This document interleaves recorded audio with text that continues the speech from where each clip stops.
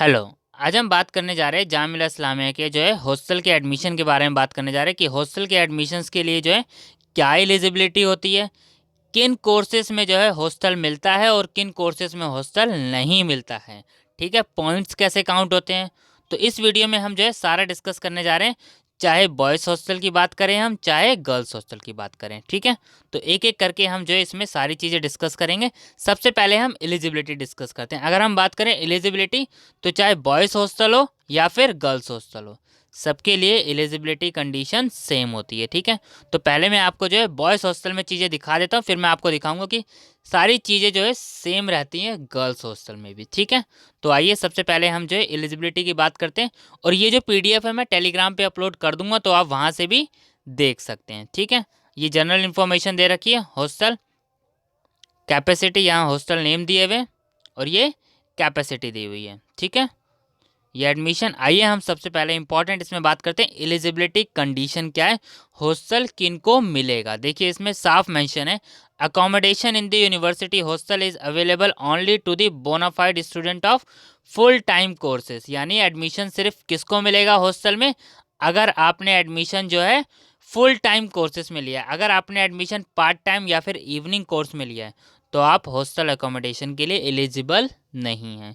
ये चीज़ आपको याद रखनी है। अगर आपको हॉस्टल चाहिए तो आपका एडमिशन जो है जामिया इस्लामिया में जो है जिस कोर्सेज में आपने एडमिशन लिया है वो कोर्स क्या होना चाहिए, फुल टाइम होना चाहिए। ठीक है, पहला पॉइंट ये आपको याद रखना है। सेकेंड पॉइंट एलिजिबिलिटी का है, applicant must have secure minimum of 45% marks in aggregate in the qualifying examination. आपके मिनिमम 45% मार्क्स होने चाहिए। Minimum 45% marks qualifying examination means अगर आपने यूजी कोर्स के लिए अप्लाई करा है, आपने यूजी कोर्स में एडमिशन लिया है, तो आपके 12th में एटलीस्ट 45% मार्क्स होने चाहिए। ठीक है, 45% से मार्क्स कम नहीं होने चाहिए। अगर आपके मार्क्स 45% से कम है तो आप हॉस्टल के लिए भी एलिजिबल नहीं है। तो आपके मार्क्स क्या होने चाहिए, 45% से ज़्यादा। तो एलिजिबिलिटी कंडीशन आपको समझ आ गई होगी। दो ही एलिजिबिलिटी कंडीशन है। पहली कंडीशन क्या है कि आप फुल टाइम कोर्स में आपका एडमिशन होना चाहिए। दूसरी कंडीशन है कि आपके मार्क्स 45% होने चाहिए। ठीक है, अब admission criteria for the allotment क्या है। आइए, अलॉटमेंट अगर हम बात करें तो डिपार्टमेंट वाइज होता है, और ये जो होता है ये होता है प्रोराटा बेसिस पे। ऐसा नहीं होता कि मतलब किसी डिपार्टमेंट में सीट ज़्यादा है तो उसको जो है अलॉटमेंट हॉस्टल की जो है कम होंगी। ये प्रोराटा बेसिस पे होता है। ठीक है, तो ये डिपार्टमेंट जो है कैलकुलेशन करी जाती है। कैलकुलेशन करने के बाद जो है डिसाइड किया जाता है कि इस डिपार्टमेंट में इतनी सीटें दी जाएंगी, इस डिपार्टमेंट में इतनी सीटें दी जाएगी। क्योंकि हर कोर्सेज में क्या है, किसी कोर्सेज में सीट्स जो है 60 है, किसी कोर्सेज में सीट जो है 30 है। तो अब ऐसा तो है नहीं ना किसी डिपार्टमेंट के सिर्फ 30 के 30 स्टूडेंट्स को अलॉट कर दो, नहीं, ऐसा नहीं होता। तो वो इन चीज़ों के लिए वो प्रोराटा बेसिस पे अलॉटमेंट करते हैं। ठीक है, तो अगर आपका फुल टाइम कोर्स है तो आप जो है हॉस्टल के लिए एलिजिबल हैं। एलिजिबिलिटी कंडीशन मैंने आपको इसमें अभी बता दी है, ये चीज़ आपको याद रखना है। आइए हम नेक्स्ट पॉइंट पे बात करते हैं। अब नेक्स्ट पॉइंट अगर हम बात करें एडमिशन क्राइटेरिया क्या है। देखिए सबसे पहले आपको criteria, marks in qualifying examination. अभी मैंने आपको बता दिया कि अगर आपने यूजी कोर्स में एडमिशन लिया है तो आपके हम यहाँ पे कौन से मार्क्स चेक करेंगे, 12th के मार्क्स चेक करेंगे। कौन से मार्क्स चेक करेंगे, 12th के। तो देखिए अब इसमें आपको पॉइंट्स काउंट करने पड़ेंगे अपने कि आपके पॉइंट्स कितने बन रहे हैं। तो सबसे पहले हम बात करते हैं परसेंटेज सिक्योर। अगर आपके मार्क्स 45% से ज़्यादा हैं और 55% से कम हैं, ठीक है, तो आपको कितने पॉइंट्स दिए जाएंगे, 10 पॉइंट्स दिए जाएंगे। अगर आपके मार्क्स 55% से ज़्यादा हैं और 65% से कम है तो आपको 15 पॉइंट्स दिए जाएंगे। अगर आपके मार्क्स 65% से ज़्यादा हैं और 75% से कम है तो आपको 20 पॉइंट्स दिए जाएंगे। देखिए ऐसे पॉइंट्स दिए जाएंगे। अगर आपके मार्क्स 90% और उससे ज़्यादा हैं तो आपको 40 पॉइंट्स दिए जाएंगे। यानी मैक्सिमम पॉइंट्स आप इसमें कितने गेन कर सकते हैं, 40 पॉइंट्स। ठीक है, तो सबसे पहले आप जो है ये पॉइंट अपने काउंट कीजिएगा। ठीक है, फर्स्ट पॉइंट क्लियर होगा आप लोगों को।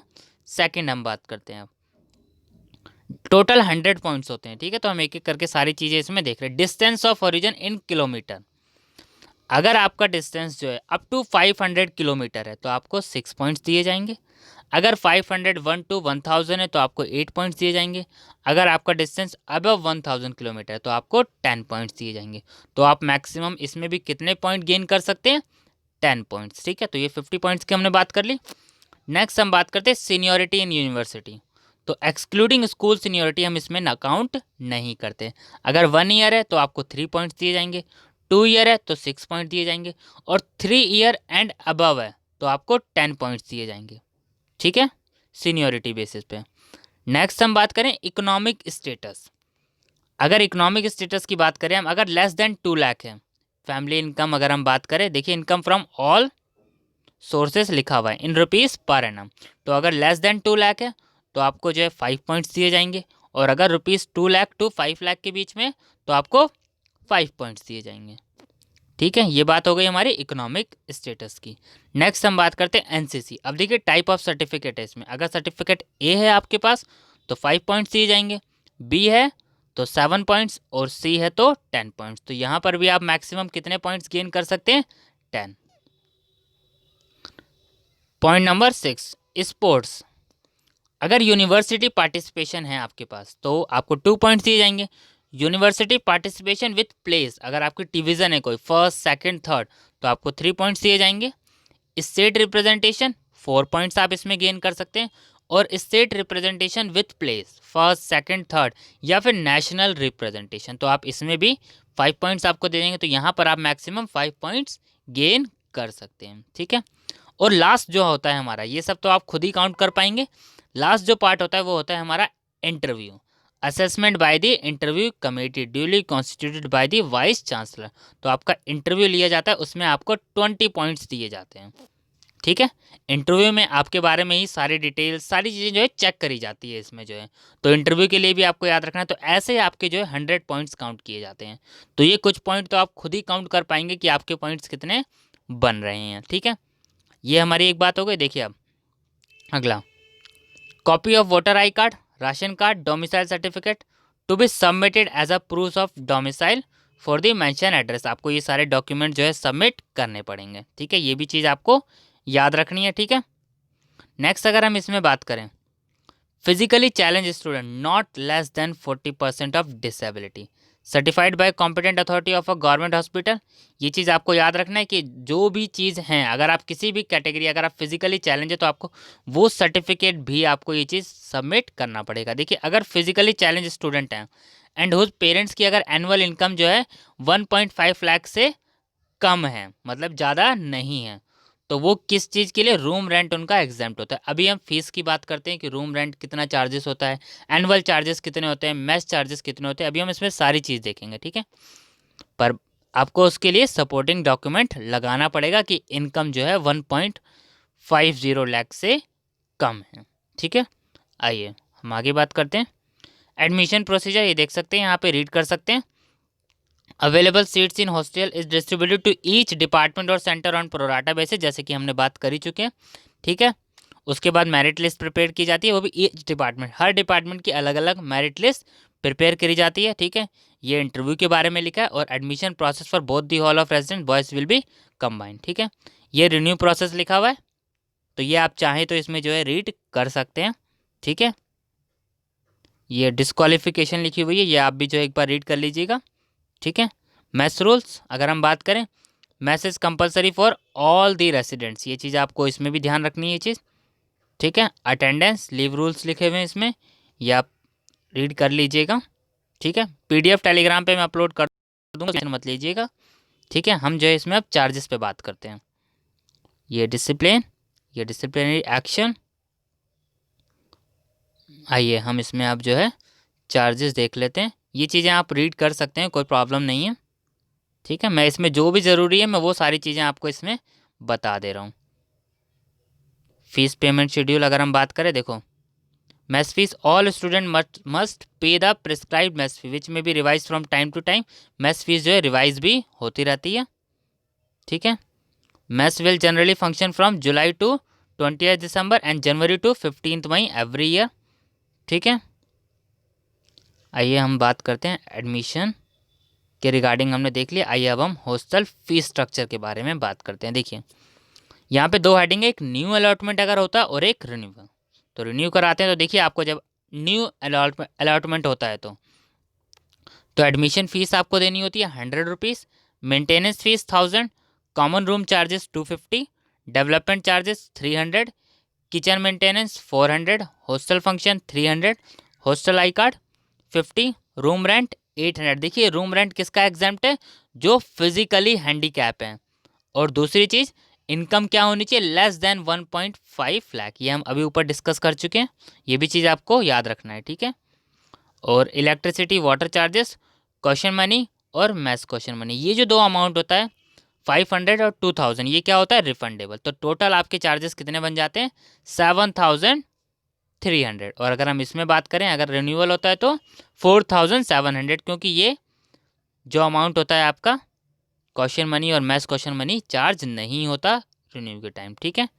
ये देखिए जैसे कि यहाँ पर इसमें लिखा हुआ है, physically challenge student whose parents annual income is not above ₹1.50 lakh per annum are exempted from the payment of room rent, ठीक है। Supporting document required as per Jamia norms, ठीक है। तो ये रूम रेंट एग्जेम्प्ट होता है, तो मतलब आपको ये अमाउंट नहीं पे करना पड़ेगा, ठीक है। ये चीज़ आप समझ गए होंगे। ये था हमारा जो है हॉस्टल का बॉयज़ का। आइए मैं इसमें आपको जो है गर्ल्स का भी पीडीएफ दिखा देता हूँ चार्जेस के बारे में। ये हम हॉस्टल मैनुअल देखने जा रहे हैं, हॉल ऑफ गर्ल्स रेसिडेंस, ठीक है। ये पीडीएफ भी मैं जो है टेलीग्राम पे अपलोड कर दूंगा, ठीक है। आइए इसमें भी हम एक बार एलिजिबिलिटी देख लेते हैं। ये डिस्क्लेमर आप रीड करना चाहें इसमें से कोई भी चीज़ रीड कर सकते हैं। ये यहाँ पे इंट्रोडक्शन दे रखा है, देखिए campus A, hostel room 3 seater 4 seater room, ये कैपेसिटी यहाँ पर जो है नेम ऑफ हॉस्टल दे रखा है और कैपेसिटी दे रखी है। Campus B, name of hostel दे रखा है, कैपेसिटी दे रखी है, ठीक है। ये यहाँ पर जो है हॉस्टल के बारे में चीज़ें दे रखी है, आप चाहें तो इसमें पढ़ सकते हैं, ठीक है। मैं ये आपको इसमें जो है मेन ज़रूरी चीज़ें मैं आपको इसमें सारी दिखा दे रहा हूँ, सारी चीज़ें जितनी भी इसमें ज़रूरी है। हम इसमें भी हम एलिजिबिलिटी कंडीशन देख लेते हैं, क्या कोई नई एलिजिबिलिटी कंडीशन है या फिर सेम है। तो हम इसमें ये सब चीज़ें देखने वाले हैं। बेगम हजरत महल गर्ल्स हॉस्टल, ठीक है। Jammu Kashmir girls hostel. Eligibility देख लेते हैं। देखिए एलिजिबिलिटी, पहली चीज़ वही फुल टाइम कोर्स के बारे में बात कर रहा है। सेकंड क्या बात कर रहा है, मिनिमम आपके 45% मार्क्स होने चाहिए। और नेक्स्ट क्या बात कर रहा है, एस सीट्स आर लिमिटेड होती हैं हॉस्टल में। तो अगर स्टूडेंट हुज पेरेंट्स और spouse reside and work in Delhi NCR, उनको तो हॉस्टल नहीं मिलेगा। अगर आप दिल्ली में ही रहते हैं तो दिल्ली वालों को तो हॉस्टल नहीं दिया जाता, ठीक है। तो वो लोग एलिजिबल नहीं होते हैं, ठीक है। ये भी चीज़ आपको याद रखना है। एडमिशन के रिगार्डिंग यहाँ पर सारा दे रखा है। एडमिशन क्राइटेरिया अगर हम बात करें, ये हम ऑलरेडी देख चुके हैं सारी चीज़ें। पॉइंट्स के बारे में हमने डिस्कस कर लिया। देखिए पहला यही था marks in qualifying examination, next था distance, third seniority, fourth economic status, fifth NCC और सिक्स्थ स्पोर्ट्स, और लास्ट हमारा था इंटरव्यू। देखिए सेम लिखा है इसमें भी। टोटल पॉइंट्स अगर हम बात करें, टोटल पॉइंट्स कितने होते हैं, 100, ठीक है। ये यहाँ पर सेम लिखा हुआ है, सारी चीज़ें मतलब सेम है, कुछ अलग नहीं है। ये देखिए सेम चीज़ें लिखी हुई है इसमें। Exempt from the payment of room rents, ये एडमिशन प्रोसीजर जो है ये दे रखा है। तो आपको इसमें से जो रीड करना चाहें आप रीड कर सकते हैं। जो ज़रूरी चीज़ थी वो मैंने आपको इसीलिए बता दिया है, ठीक है। और भी इसमें आपको ज़रूरी आपको लगे आप इसमें से रीड कर लीजिएगा, देख लीजिए।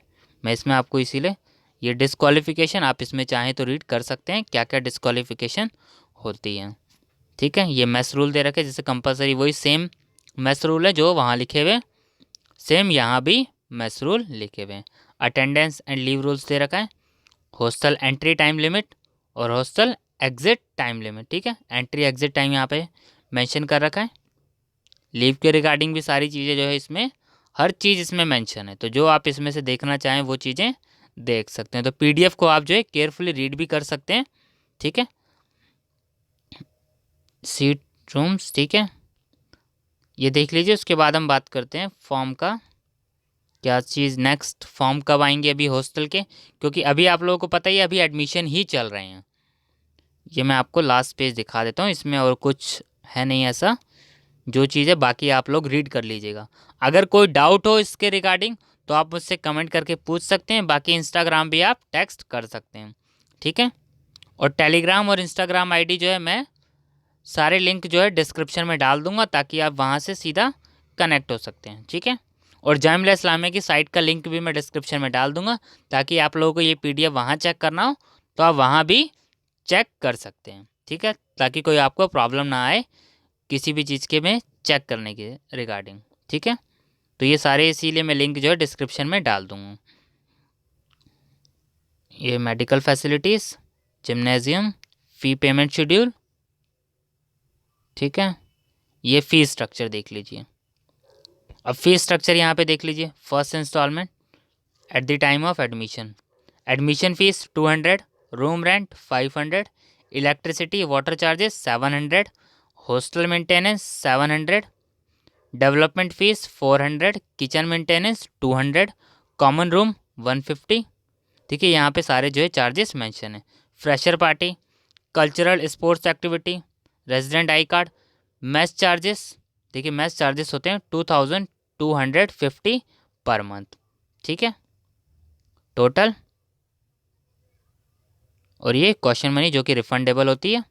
तो ग्रैंड टोटल कितना बन जाता है ये यहाँ पर मेंशन है, ठीक है। ये फर्स्ट इंस्टॉलमेंट और ये सेकंड इंस्टॉलमेंट, ठीक है। और फिजिकली चैलेंज के लिए जैसा कि ये लिखा हुआ है कि रूम रेंट क्या होता है, एग्जाम्प्ट होता है, पर कंडीशन लिखी हुई है ना कि इनकम 1.50 लाख से कम होनी चाहिए, ठीक है। ये यहाँ पर फीस पेमेंट, मैस रिबेट, और ये इम्पॉर्टेंट टेलीफोन नंबर, ठीक है। तो ये सारी चीज़ें जो है इसमें मेंशन है, वो मैंने आपको दिखा दी है। अब बात करें हम कि जो है फॉर्म कब आएंगे। फॉर्म देखिए अभी तो एडमिशन चल ही रहे हैं, तो जैसे ही फॉर्म आएंगे आप कहेंगे, जो जो कमेंट करेंगे तो मैं वीडियो बना दूंगा। जैसे ही फॉर्म आएंगे कि आपको जो है फॉर्म के लिए अप्लाई कैसे करना है, सारी चीज़ें जो है मैं वीडियो के थ्रू आपको इन्फॉर्म कर दूंगा। तो अभी कोई हॉस्टल के रिगार्डिंग फॉर्म नहीं आया है, तो जैसे ही फॉर्म आएगा, क्योंकि अभी आप लोगों को पता ही है अभी हॉस्टल सब जो है ओपन नहीं हुए हैं, क्योंकि अभी तो एडमिशन ही चल रहे हैं। अभी क्लासेस भी अब स्टार्ट होना शुरू हुई हैं, जो कि क्लासेस हो रही हैं ऑनलाइन। जब क्लासेस ऑनलाइन हो रही है तो अभी हॉस्टल अलॉटमेंट का प्रोसेस तो आना थोड़ा सा मुश्किल है। पर जैसे ही हॉस्टल के सारे रिगार्डिंग कुछ भी इन्फॉर्मेशन आएगी तो मैं कोशिश करूँगा कि आप लोगों को वीडियो बना दूंगा, ताकि आप लोग जो है फॉर्म फिल कर पाएँ, ठीक है। उसके अलावा आप लोगों को कोई डाउट हो तो मुझे कमेंट कर सकते हैं। आप ये एक्सपेक्ट कर सकते हैं कि हॉस्टल के रिगार्डिंग फॉर्म जैन में आ भी सकता है, ठीक है। पर अभी दिसंबर में आना तो पॉसिबल नहीं है। आप दिन ही देख सकते हैं, आप 4 से 5 दिन ही बचे हैं दिसंबर में, ठीक है। और अभी एडमिशन जो है बहुत सारे कोर्सेज़ के बाकी हैं। किसी किसी कोर्स की फ़र्स्ट लिस्ट भी नहीं आई, कई कोर्सेज़ हैं जिसकी सेकंड आ गई है लिस्ट, थर्ड भी आ गई है, फोर्थ भी आ गई है। तो इसलिए जो है ये आप कह सकते हैं कि हाँ फॉर्म, अगर हम बात करें हॉस्टल के, जब नॉर्मली 50% से ज़्यादा कोर्सेज़ के एडमिशन्स हो जाएंगे कंप्लीट, तब फॉर्म भी आना शुरू हो जाएंगे। क्योंकि एडमिशन जब तक कंप्लीट नहीं होएगा तो हॉस्टल के फॉर्म कैसे आ सकते हैं। तो एडमिशन जब कंप्लीट हो जाएंगे तो आप एक्सपेक्ट कर सकते हैं कि फॉर्म कभी भी आ सकते हैं। बाकी जैसे ही फॉर्म आएंगे मैं उसकी वीडियो बना दूंगा, ठीक है। उसके अलावा अब आप लोगों को कोई डाउट हो तो मुझे कमेंट कर सकते हैं। Thank you.